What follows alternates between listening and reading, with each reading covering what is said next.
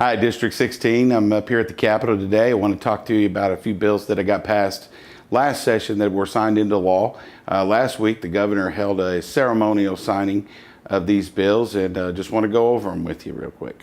First bill I want to talk to you about was a bill that I ran for one of the county commissioners in Muskogee County, Commissioner Ken Doak. We worked on this bill all year together. It was House Bill 3318, and basically what this did was it took the surplus properties that the county commissioners end up with either through tax sales and those types of things that they can't seem to get rid of, and it takes them through the Title 19 process where you have to go through that process twice. And then once you have been through that process twice, where you've sent it out for bid, you've had the auction date, and you weren't able to get rid of the property, this would now, on the third attempt, allow the commissioners the flexibility and the local control of being able to say, look, we're going to keep putting this through the Title 19 process, or they can say, we're going to just put a price on it, and we're going to go and try to find somebody to buy this property from us.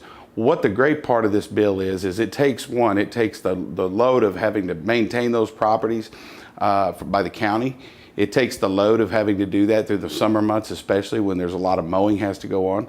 It takes that off, and then it puts it back on the tax rolls once it's purchased, which the ad valorem dollars go into our school system. So we were able to create a piece of legislation that A, takes some of the workload off the counties, and B, puts tax dollars back into the school system without raising taxes. The second piece of legislation I want to talk to you about is House Bill 3324. I worked with the Department of Commerce and Secretary Snodgrass on this bill, and basically what this is it takes money out of the quality jobs incentive and puts it into what's called the Quick Action Closing Fund. One of the problems we have in the state of Oklahoma is we're competing for companies to come to Oklahoma. Part of the problems we have are that we don't have a lot of money to help with infrastructure and those types of things. What the Quick Action Closing Fund does is when the companies have been vetted out and they are looking at Oklahoma, and we're down to just Oklahoma and maybe one other state, it allows the governor the opportunity to be able to utilize some dollars to put into infrastructure or other plans to bring that company to the state. Currently, we compete against Texas and Arkansas. Texas has about $400 million in their closing fund. Arkansas just funded $50 million in their closing fund last year.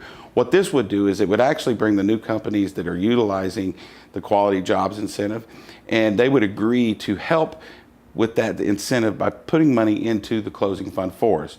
Now, this will take about 3 or 4 years to start really seeing the effects, which at that time it'll put about $4 to $6 million a year into the closing fund, which we will be able to use then to help us recruit companies by helping with infrastructure or other projects that are needed in order to seal the deal and get those jobs here to the state of Oklahoma. This closing fund is the difference between hundreds of jobs and a few jobs. And I want to thank Senator Bice for being the Senate author on this bill. The third bill I want to talk to you about is Senate Bill 1585. Was really excited, once again worked with the Department of Commerce on this. This is what's called the Engineer Manufacturing Tax Credit.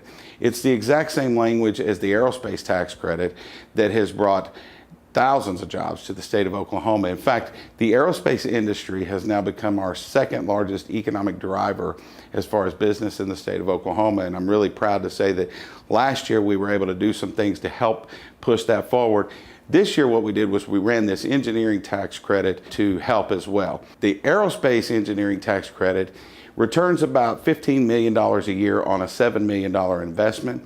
We've seen that industry grow at a clip of about 11%, and we've seen numbers up in the 50% range of growth in engineering education degrees in the state of Oklahoma. So we decided with the Department of Commerce to come up with a way to attract more of those opportunities to the state of Oklahoma. So it doesn't cost us a single penny, so it's going to return a little over $2 for every dollar we spend. That is a good business decision.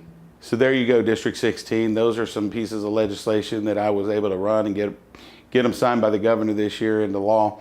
I'll be out in the district, and I hope to see you soon. If you have any questions or comments, feel free to reach out to me, and I look forward to seeing you soon.